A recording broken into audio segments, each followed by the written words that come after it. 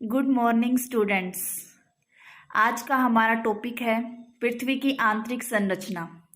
पृथ्वी की आंतरिक संरचना के बारे में कुछ टॉपिक्स हम पिछली वीडियो के अंदर पढ़ चुके हैं। उस वीडियो का लिंक मैंने डिस्क्रिप्शन में दिया गया है, तो आप पहले वो वाली वीडियो देखें, उसके बाद ही नेक्स्ट वीडियो देखें। पिछली वीडियो में हमने भूकंप के बारे में पढ़ा था। भूकंपीय तरंगे भूगर्भिक तरंगे होती हैं और धरातलीय तरंगे होती हैं। भूगर्भिक तरंगे P और S होती हैं, जबकि धरातलीय तरंगे L तरंगों को कहते हैं। ठीक है, तो अब हम आगे पढ़ते हैं। जो भूकंप की तीव्रता है, मतलब भूकंप कितना तीव्र आया था, उसको रिक्टर स्केल के द्वारा मापा जाता है और यह 0 से 10 के बीच में मापा जाता है। मतलब 0 से 10 नंबर दिए जाते हैं। अगर 5 से ऊपर भूकंप होता है तो वो बहुत विनाशकारी माना जाता है। ठीक है, इसी तरह रिक्टर स्केल के अलावा मर्केली स्केल के द्वारा भी भूकंप की तीव्रता को मापा जाता है और इसकी गहनता 1 से 12 तक होती है। कई बार एग्जाम में आ जाता है कि रिक्टर स्केल में मापक कितने से कितने तक होता है, तो 0 से 10 तक होता है और मर्केली स्केल के अंदर 1 से 12 तक होता है। तो यहाँ एक बहुत इंपॉर्टेंट क्वेश्चन बनता है। उसके बाद आता है भूकंप के प्रभाव। भूकंप के क्या प्रभाव पड़ते हैं? सबसे पहला है भूमि का हिलना। मतलब जब भूकंप आता है तो पृथ्वी के अंदर कंपन होता है, नॉर्मल सी बात है। पृथ्वी में कंपन होता है तो जिसके कारण भूमि जो है वो हिलती है। दूसरा पॉइंट है सुनामी। जब भूकंप का केंद्र बिंदु समुद्र के अंदर होता है, पानी में होता है, तो उसके कारण से समुद्र के अंदर लहरें उठती हैं, बहुत ऊंची ऊंची लहरें उठती हैं। और जब वो लहरें हैं, जब समुद्र तट से आकर टकराती हैं तटीय क्षेत्रों के अंदर, तो वहां पर बहुत ज्यादा विनाश होता है। ठीक है, तो भूकंप के कारण से सुनामी भी आती है। नेक्स्ट पॉइंट है इमारतों का टूटना। भूकंप के कारण से जब भूमि हिलती है तो उसके कारण से जो इमारतें होती हैं, जो घर वगैरह होते हैं, वो भी क्या है, टूट करके नीचे गिर जाते हैं। नेक्स्ट पॉइंट है आग लगना। जब भूकंप आता है, इमारतें टूटकर नीचे गिरती हैं, तो आसपास जो बिजली के खंभे होते हैं वो भी सारे नीचे गिर जाते हैं, सिलेंडर वगैरह भी होते हैं, तो आग लगने का खतरा जो है वो बहुत ज़्यादा होता है। तो कई बार जब भूकंप आता है तो उसके कारण से कुछ क्षेत्रों के अंदर आग भी लग जाती है। नेक्स्ट आता है बांध व तटबंध टूटने से बाढ़ आना। जब भूकंप के कारण से जब पृथ्वी के अंदर कंपन होता है तो कई बार नदियों के ऊपर जो बांध बने होते हैं या जो तटबंध होते हैं वो टूट जाते हैं। ठीक है, जिसके कारण पानी जो है वो उन तटबंधों को तोड़ करके नदी का पानी जो भी आसपास के एरिया के अंदर फैल जाता है और वहां पर बाढ़ जैसी स्थिति जो है वो उत्पन्न हो जाती है। तो भूकंप के कारण से बाढ़ भी आ सकती है। नेक्स्ट पॉइंट है भूसंखलन। भूसंखलन ये जो होता है, ये जो क्रिया है, ये पहाड़ी क्षेत्रों के अंदर होती है। पहाड़ी क्षेत्रों के अंदर कई बार पहाड़ों के ऊपर जो पत्थर होते हैं वो अचानक ढाल के कारण, वर्षा के कारण या पृथ्वी जब हिलती है तो उसके कारण से भी वो जो है नीचे की तरफ लुढ़क कर आने लगते हैं, जिसके कारण जब वो पत्थर जब नीचे बसे हुए, नीचे जो घर बने होते हैं, उन घरों के ऊपर जब पत्थर अचानक से आकर गिरने लग जाते हैं तो इससे वहां पर बहुत जान माल की हानि हो जाती है। धरातलीय विस्थापन। जो धरातल जो है वो भी कई बार जो क्या है, कई जगह से धरती फट जाती है, धरातल में दरारें पड़ जाती हैं भूकंप आने के कारण से। इसके अलावा भूकंप के कारण से हिमस्खलन, जो बर्फ के जो वो होते हैं, ग्लेशियर वगैरह जो होते हैं, कई बार वो भी टूट करके नीचे गिर जाते हैं। ग्लेशियर होते हैं जो बर्फ के जो पहाड़ों के ऊपर जो है वो बर्फ जमी होती है, तो पहाड़ों के ऊपर की जो बर्फ है वो भी टूट करके नीचे की तरफ गिरने लगती है, जिसके कारण हिमस्खलन की स्थिति पैदा हो जाती है। तो ये भूकंप के प्रभाव थे जो बहुत ही विनाशकारी प्रभाव होते हैं। ठीक है, नेक्स्ट आता है यदि भूकंप की तीव्रता रिक्टर स्केल पर अगर 5 से अधिक होती है तो इसके परिणाम बहुत अधिक विनाशकारी होते हैं। मतलब अगर 5 से अधिक तीव्रता वाले अगर भूकंप आते हैं तो वो जो क्या है वो विनाशकारी होते हैं। 5 से जो कम वाले होते हैं उनमें विनाश कम होता है। ठीक है, अब आगे हम पृथ्वी की संरचना के बारे में पढ़ते हैं। ठीक है, कि पृथ्वी की संरचना, पृथ्वी में कितनी परतें हैं। ठीक है, तो इसके बारे में जो विभिन्न भूगोलवेत्ता हैं उनके अंदर मतभेद उत्पन्न हुए हैं। ठीक है, सभी ने अपनी अलग अलग कॉन्सेप्ट्स बताए हैं कि किसी ने 3 परतें बताई हैं पृथ्वी की, किसी ने 4 परतें बताई है, किसी ने 2 ही परतें बताई है। ठीक है, तो आज हम उनके बारे में पढ़ते हैं। इनसे कई बार क्वेश्चन जो है वो पूछ लिए जाते हैं। सबसे पहला आता है स्वेस महोदय के अनुसार। एक भूगोलवेत्ता हुए हैं, भूगोलवेत्ता, जिनका नाम है स्वेस। उन्होंने रासायनिक संरचना के आधार पर पृथ्वी को 3 परतों में बांटा है। ठीक है, रासायनिक संरचना के आधार पर। क्वेश्चन ये भी पूछ लेते हैं, स्वेस महोदय ने किस आधार पर पृथ्वी को 3 परतों में बांटा है, तो उसका आंसर होगा रासायनिक संरचना के आधार पर। ठीक है, स्वेस ने 3 परतें बताई हैं, सियाल, सीमा और निफे। देखो ये सै से स्वेस और सै से सियाल और सीमा, थोड़ा सा याद हो जाएगा, आपस में थोड़ा सा मैच करके चलते हैं। ठीक है, तो स्वेस के अकॉर्डिंग 3 परतें हैं, सियाल, सीमा और निफे। तो सियाल, सियाल SIAL, सियाल, तो SI का मतलब होता है सिलिका और AL का मतलब होता है एल्यूमिनियम। ठीक है, मतलब जो पृथ्वी की जो ऊपरी परत है वो सिलिका और एल्यूमिनियम से बनी हुई है। ठीक है, अगर पूछ लिया जाए कि पृथ्वी जो ऊपरी परत में कौन से तत्व होते हैं, तो सिलिका और एल्यूमिनियम होते हैं, इसलिए उन्होंने इस परत को क्या नाम दिया है, सियाल, सिलिका प्लस एल्यूमिनियम। इस परत का औसत घनत्व 2.9 है। ठीक है, और इस परत की औसत गहराई उन्होंने 50 से 300 किलोमीटर बताई है। ठीक है, इस परत की रचना ग्रेनाइट चट्टानों से हुई है। मतलब पृथ्वी में सबसे ऊपर कौन सी चट्टानें पाई जाती हैं, ग्रेनाइट। तो ये पहली परत थी जिसमें सिलिका और एल्यूमिनियम है, और पृथ्वी की जो ऊपरी परत है वो ग्रेनाइट चट्टानों से बनी हुई है, और कुछ जगह पर ये 50 से 300 किलोमीटर तक की गहराई में मिलती है, इसकी औसत गहराई है ये। नेक्स्ट परत आती है सीमा, SIMA, सीमा। तो SI से वही सिलिका बन जाएगा, लेकिन MA से मैग्नीशियम बनेगा। ठीक है, पहली परत में सिलिका और एल्यूमिनियम थे, जबकि दूसरी परत के अंदर सिलिका और मैग्नीशियम है। ठीक है, और इस परत की रचना बेसाल्ट चट्टानों से हुई है। पहली जो ऊपरी परत है उसका निर्माण ग्रेनाइट चट्टानों से हुआ है, जबकि जो दूसरी परत है उसका निर्माण बेसाल्ट सैलों से हुआ है। ठीक है, इस परत से ज्वालामुखी उद्गार के समय लावा बाहर आता है। जब भी ज्वालामुखी उद्गार होता है तो उस समय लावा निकलता है, तो जो लावा निकलता है वो इसी परत से होकर के निकलता है। मतलब सीमा के ऊपर जो चट्टानें जो है वो पिघली हुई हैं, और वहीं से ज्वालामुखी उद्गार के समय लावा निकलता है। ठीक है, इसका औसत घनत्व 2.9 से 4.7 तक है। जैसे जैसे हम पृथ्वी में नीचे गहराई में जाते हैं, लगभग जो घनत्व जो है वो बढ़ता जाता है। ठीक है, तो पहली परत का घनत्व था 2.9, और इस परत का घनत्व है 2.9 से 4.7। ठीक है, और इसकी औसत गहराई जो है वो 1000 से 2000 किलोमीटर तक है। तो ये 2 परत है, सिलिका प्लस एल्यूमिनियम सियाल, और सीमा के अंदर सिलिका प्लस मैग्नीशियम। ऊपर वाली परत जो है वो ग्रेनाइट चट्टानों से बनी है, नीचे वाली परत जो है वो बेसाल्ट चट्टानों से बनी है। ठीक है, घनत्व ऊपर वाली परत का 2.9 है और नीचे वाली परत का 4.7 है। नेक्स्ट परत आती है निफे। निफे NiFe, Ni से निकिल बनता है और Fe से फेरियम। फेरियम लोहे को कहते हैं। ठीक है, तो मतलब जो हमारा पृथ्वी की जो सबसे अंदर वाला जो हिस्सा है उसके अंदर लोहा है और निकिल है, बहुत भारी धातुएं हैं, इसलिए यहाँ का घनत्व भी बहुत ज्यादा होगा।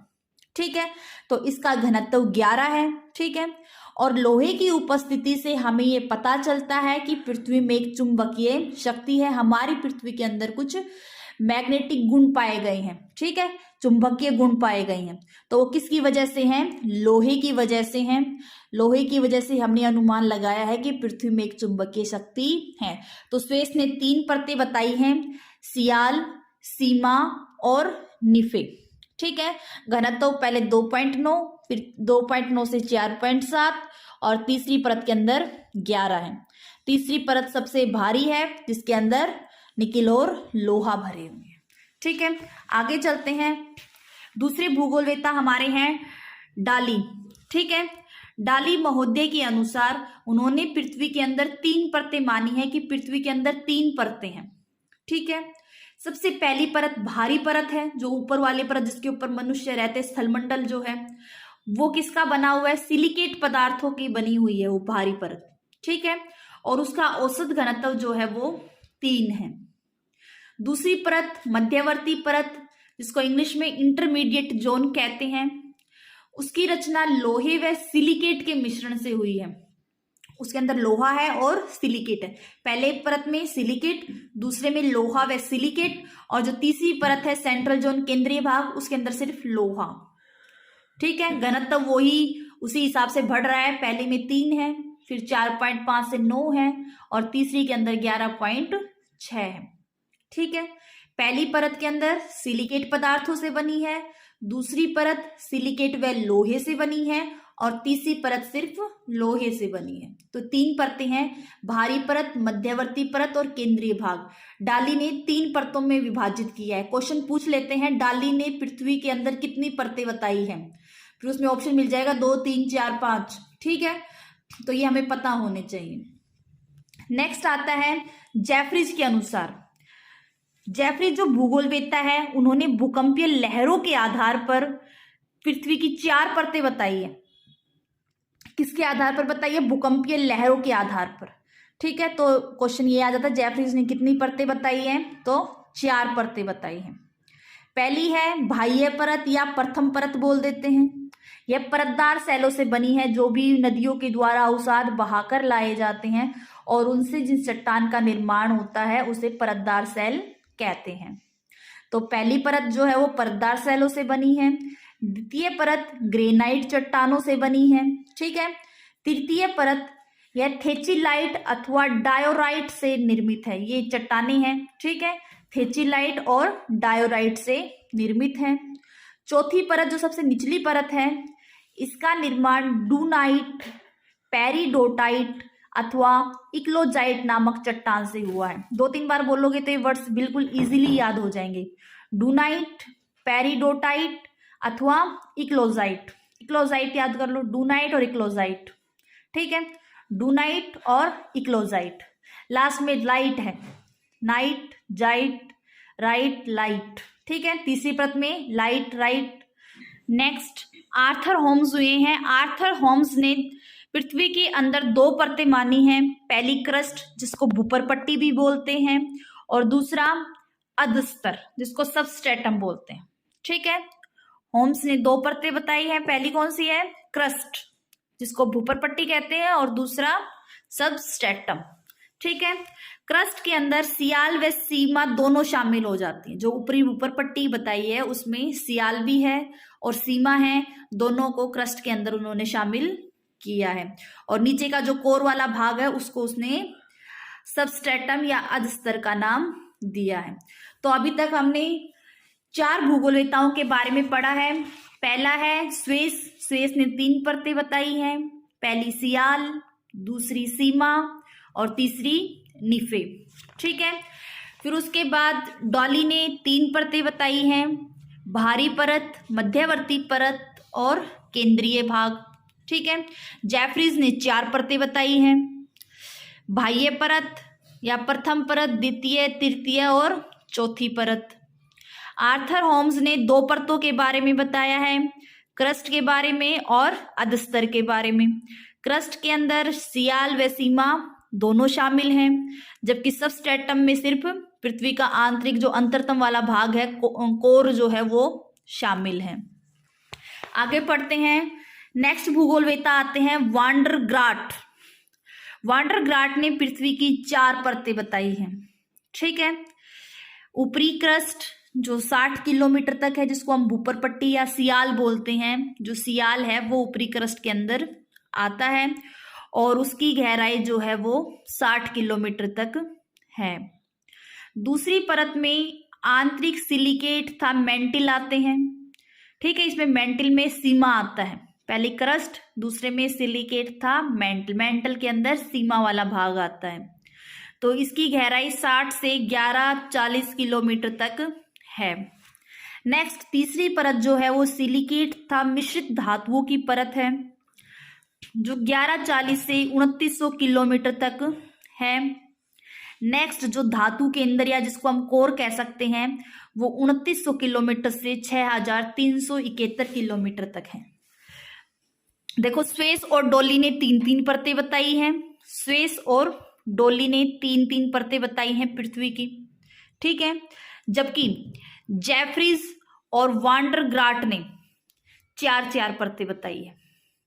आर्थर होम्स सबसे अलग है, उसने सिर्फ 2 ही परतें बताई है। तो बिल्कुल इजीली याद हो जाएगा, स्वेस और डोली 3 परतें, जेफरीज और वांडरग्राट 4 परतें, और आर्थर होम्स सिंगल अकेला बच गया तो उसकी सिर्फ 2 ही परतें रहेंगी, ठीक है। नेक्स्ट हम आगे चलते हैं। आधुनिक मत। आधुनिक मत के अंदर पृथ्वी को 3 परतों में विभाजित किया गया है, भूपरपट्टी, मेंटल और कोर। भूपरपट्टी को हम क्रस्ट कहते हैं इंग्लिश में, ठीक है। ऊपरी भूपरपट्टी का घनत्व 2.8 है, जबकि निचली भूपरपट्टी का घनत्व 3.0 है। देखो भूपरपट्टी के अंदर ही घनत्व में अंतर आ रहा है, तो ये घनत्व में अंतर क्यों आता है? दबाव के कारण से आता है, ठीक है। निचली क्रस्ट के ऊपर दबाव अधिक पड़ता है, इसलिए वहां पर घनत्व जो है वो अधिक है। महासागरों के नीचे भूपरपट्टी की मोटाई कम है, जबकि महाद्वीपों के अंदर भूपरपट्टी की मोटाई जो है वो ज्यादा होती है। महासागरों के नीचे भूपरपट्टी की मोटाई कम है, जबकि महाद्वीपों में अधिक है। और अगर हिमालय पर्वत के नीचे अगर भूपरपट्टी की मोटाई देखी जाए तो वो और भी अधिक होगी, लगभग 70 किलोमीटर तक पाई जाएगी, क्योंकि ऊपर तो महाद्वीप है बहुत लंबा, ठीक है। महाद्वीप नहीं, हिमालय पर्वत है, तो हिमालय पर्वत के नीचे 70 किलोमीटर, महाद्वीपों के नीचे 30 किलोमीटर तक है, जबकि महासागरों के नीचे 5 किलोमीटर तक है, ठीक है। नेक्स्ट आता है मेंटल। जो भूपरपट्टी के जो नीचे वाला भाग है, क्रस्ट के निचले आधार पर जब हम आते हैं तो वहां पर भूकंपीय लहरों की गति में अचानक वृद्धि हो जाती है। मैंने बताया था 3 प्रकार की लहरें उत्पन्न होती हैं, पी तरंगे, एस तरंगे और एल तरंगे। एल तरंगे केवल धरातल तक सीमित होती हैं, जबकि पी और एस तरंगे जो हैं वो भूगर्भिक तरंगे हैं, जो भूगर्भ में उत्पन्न होती हैं। जब ये भूकंपीय तरंगे जब उठती हैं भूगर्भ में, तब ये ऊपर की तरफ जब आती हैं तो ये चट्टानों से टकराती हुई आती हैं, जिसके कारण वहां पर ये लहरों का तरंगों का जन्म होता है, ठीक है। तो इनकी जैसे जैसे घनत्व के अंदर वृद्धि होगी, वैसे ही इनकी स्पीड जो है वो भी बढ़ जाती है, ठीक है। चट्टानों के घनत्व में अंतर आते ही भूकंपीय लहरों की गति में भी अंतर आ जाता है, ठीक है। जैसे ही चट्टानों के उसमें अंतर आएगा, घनत्व में अंतर। अब देखो चट्टानों के घनत्व में तो अंतर है ही, किसके कारण से है? दबाव के कारण से। पृथ्वी के अंदर जैसे जैसे दबाव बढ़ता जाएगा, घनत्व जो है वो भी बढ़ता जाएगा, और जैसे जैसे घनत्व में वृद्धि होगी वैसे वैसे ही भूकंपीय लहरों की स्पीड में भी वृद्धि होगी। तो जहां पर भूकंपीय लहरों की गति में अंतर आ जाता है, कम होती है या भूकंपीय लहरें या उनकी स्पीड बढ़ जाती है, तो वहां पर एक डिसकंटिन्यूटी जोन बन जाता है, जिसको हिंदी में असंबद्धता कहते हैं। समझ में आया? पृथ्वी में हम जैसे जैसे हम नीचे गहराई में जाते हैं तो वहां पर सैलों का जो घनत्व है उसमें अंतर आता जाता है, मतलब घनत्व जो है वो बढ़ता जाता है। भूपरपट्टी का घनत्व 2.8 के आसपास है, उसके नीचे निचली भूपरपट्टी में 3.0 है, और नीचे हम मेंटल में जाएंगे तो वहां पर हमें 5.0 के आसपास मिलेगा। कोर में हम जाएंगे तो वहां पर घनत्व हमें ज़्यादा 11 के आसपास, 13 के आसपास मिलेगा, ठीक है। तो घनत्व जो है वो बढ़ता जाता है, और उसके बढ़ने का क्या कारण है? दबाव है, क्योंकि दबाव बढ़ता जाता है। इसके अलावा पृथ्वी के नीचे वाले जो भागों के अंदर चट्टानें पाई जाती हैं वो भी कठोर चट्टानें हैं। मैंने बताया हमारी पृथ्वी के अंदर बिल्कुल कोर में लोहा तथा निकिल भरा पड़ा है। अब लोहा तो बहुत भारी होता है, ठीक है, तो उसके कारण से वहां पर घनत्व जो है वो ज्यादा है। अब घनत्व में जैसे ही अंतर आता है वैसे ही भूकंपीय लहरों की गति में भी अंतर आ जाता है। मान लेते हैं अगर पूरी पृथ्वी के अंदर एक ही तरह की चट्टानें होती, एक ही तरह की चट्टानें, मतलब घनत्व एक ही होता, सेम होता घनत्व, तो भूकंपीय लहरें सेम स्पीड में सीधी रेखा में चलती। लेकिन पदार्थ में अंतर है, ठीक है, घनत्व जो है वो बढ़ता रहता है या कम होता है, तो उसके कारण से भूकंपीय लहरों की गति में भी वृद्धि या कमी होती है। और जहां पर भी भूकंपीय लहरों की गति में परिवर्तन होता है वहीं पर एक डिसकंटिन्यूटी जोन बन जाता है, जिसको असंबद्धता कहते हैं। ठीक है, तो समझ में आ गई ये असंबद्धता क्या होती है, डिसकंटिन्यूटी, जहां पर भूकंपीय लहरों की गति में अचानक परिवर्तन आता है, कम होती हैं या बढ़ती हैं, उसे असंबद्धता या डिसकंटिन्यूटी कहते हैं। तो क्रस्ट और मेंटल के बीच में एक डिसकंटिन्यूटी जोन मिलता है, जिसकी खोज ए मोहरोविसिस द्वारा की गई थी। एक भूगोलवेत्ता जिन्होंने इसकी खोज की थी, ए मोहरोविसिस। उसी के नाम पर इस डिसकंटिन्यूटी जोन को या इस असंबद्धता जोन को उन्हीं का नाम दिया गया कि मोहरोविसिस असंबद्धता। इसको शॉर्ट फॉर्म में मोहो असंबद्धता भी कह सकते हैं। ठीक है, तो ये मेंटल और क्रस्ट के बीच में पाई जाती है, क्योंकि यहाँ पर भूकंपीय लहरों के वेग में अचानक परिवर्तन होता है, इसलिए यहाँ पर मोहो असंबद्धता की डिसकंटिन्यूटी जोन मिलता है। ठीक है, इस मोहो असंबद्धता से 2900 किलोमीटर तक मेंटल का विस्तार है। जो भूपर पट्टी है उसका विस्तार तो कितने तक है, 30 तक है, ज्यादा से ज्यादा 60 किलोमीटर तक है। ठीक है, वैसे तो 30 किलोमीटर तक ही है। ठीक है, लेकिन हिमालय पर्वत पर इसकी जो भूपर पट्टी की मोटाई जो है वो 60-70 के आसपास मिलती है। तो उस 60-70 के बाद यहाँ पर 2900 किलोमीटर तक मेंटल का विस्तार है। पृथ्वी के समस्त आयतन का 83%, मतलब पूरी पृथ्वी की अगर गहराई के अंदर 83% जो क्षेत्र है वो किसमें आता है, मेंटल के अंदर आता है। एवं द्रव्यमान मतलब लिक्विड, जहां पर चट्टानें पिघली हुई है, तो जो पिघला हुआ है जो भाग है उसका 68% भाग मेंटल में आता है। कई बार क्वेश्चन पूछा जाता है यहाँ से कि पृथ्वी के समस्त आयतन का कितना परसेंट मेंटल में है या कितना परसेंट द्रव्यमान मेंटल में है।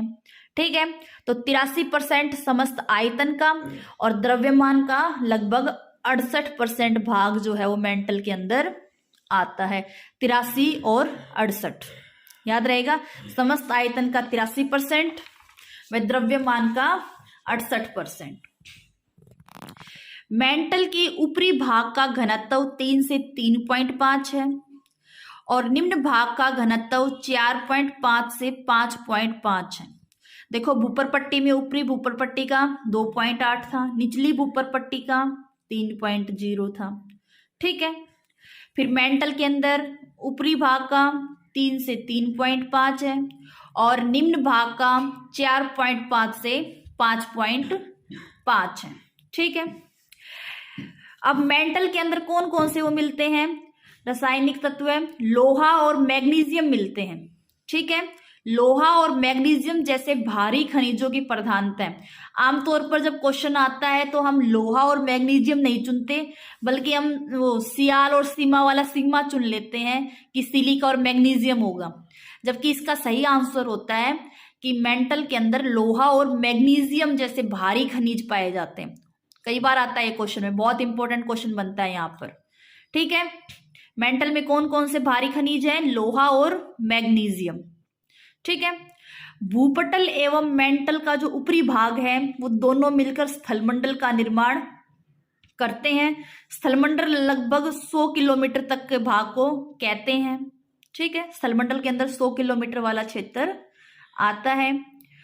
उस 100 किलोमीटर से 200 किलोमीटर की गहराई के अंदर भूकंपीय लहरों की गति मंद पड़ जाती है। देखो, मैंने बताया भूकंपीय लहरों की स्पीड कभी कम होती है, कभी ज्यादा होती है। यहाँ पर भूकंपीय लहरों की गति मंद पड़ जाती है क्योंकि यहाँ पर दुर्बलता मंडल है, एटमॉस्फेयर।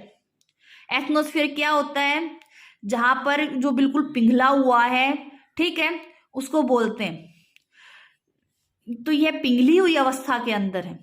और जब ज्वालामुखी के समय जो लावा निकलता है वो इसी दुर्बलता मंडल से निकलता है।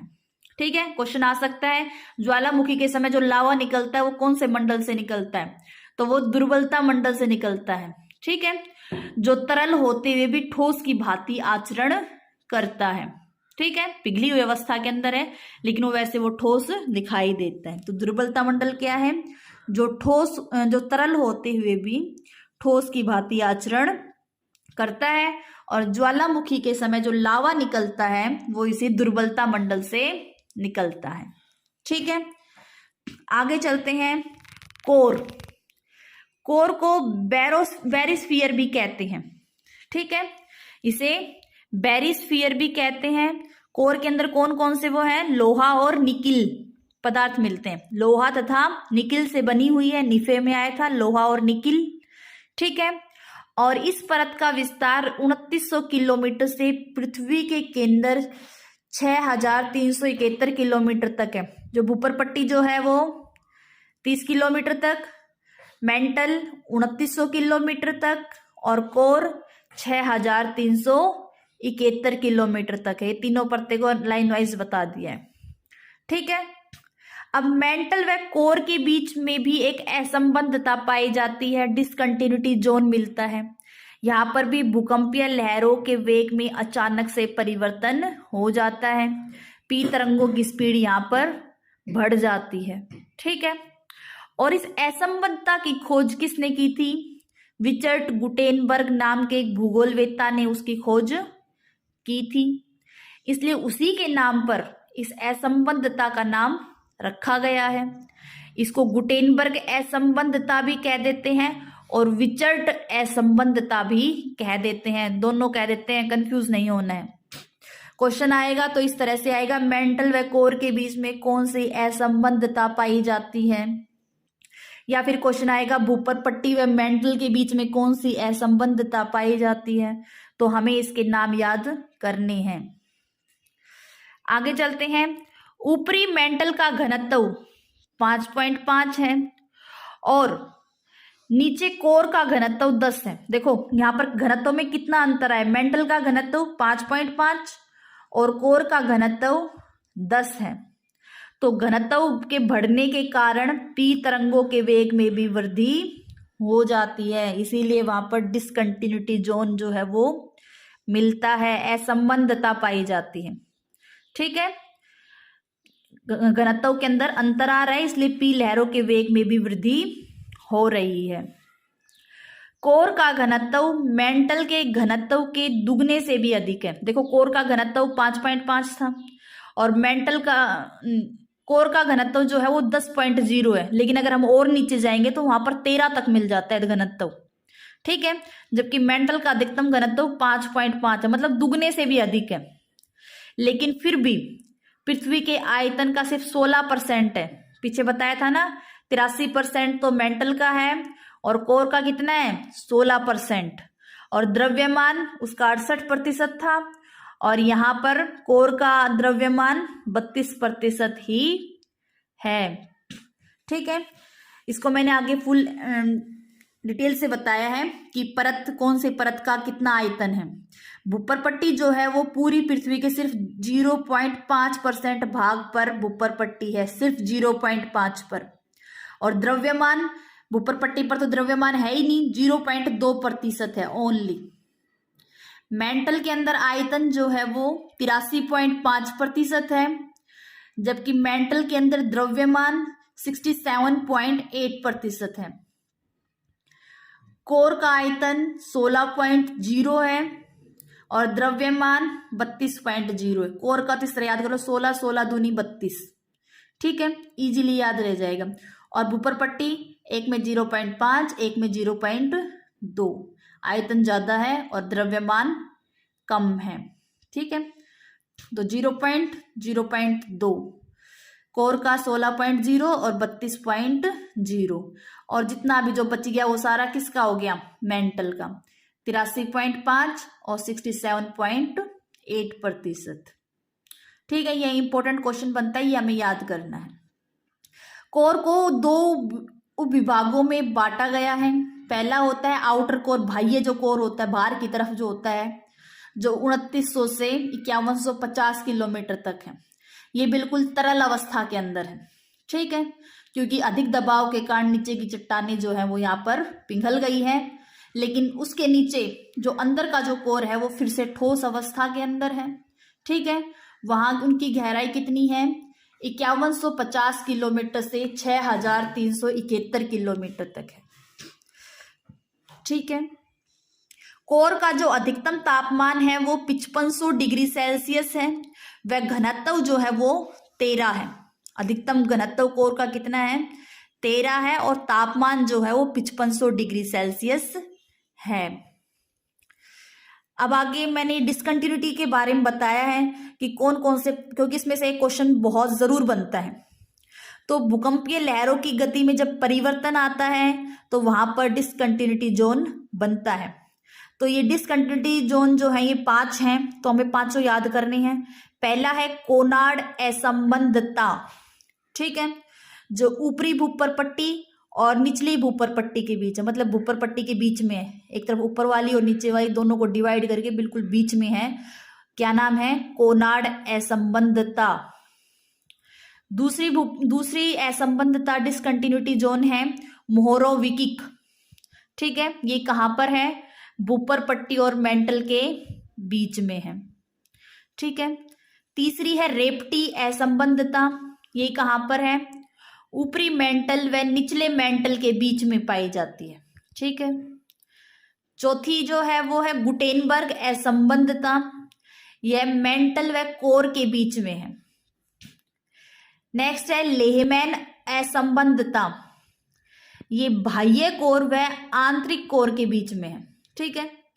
मतलब एक एक परत तो भूपर पट्टी के बीच में है, एक परत भूपर पट्टी के बीच में, एक मेंटल के बीच में है, एक कोर के बीच में, एक भूपर पट्टी व मेंटल के बीच में है, और एक मेंटल और कोर के बीच में। ये चीज तो हमें इजीली याद हो जाएंगे, लेकिन हमें इनको लाइन वाइज याद करना है।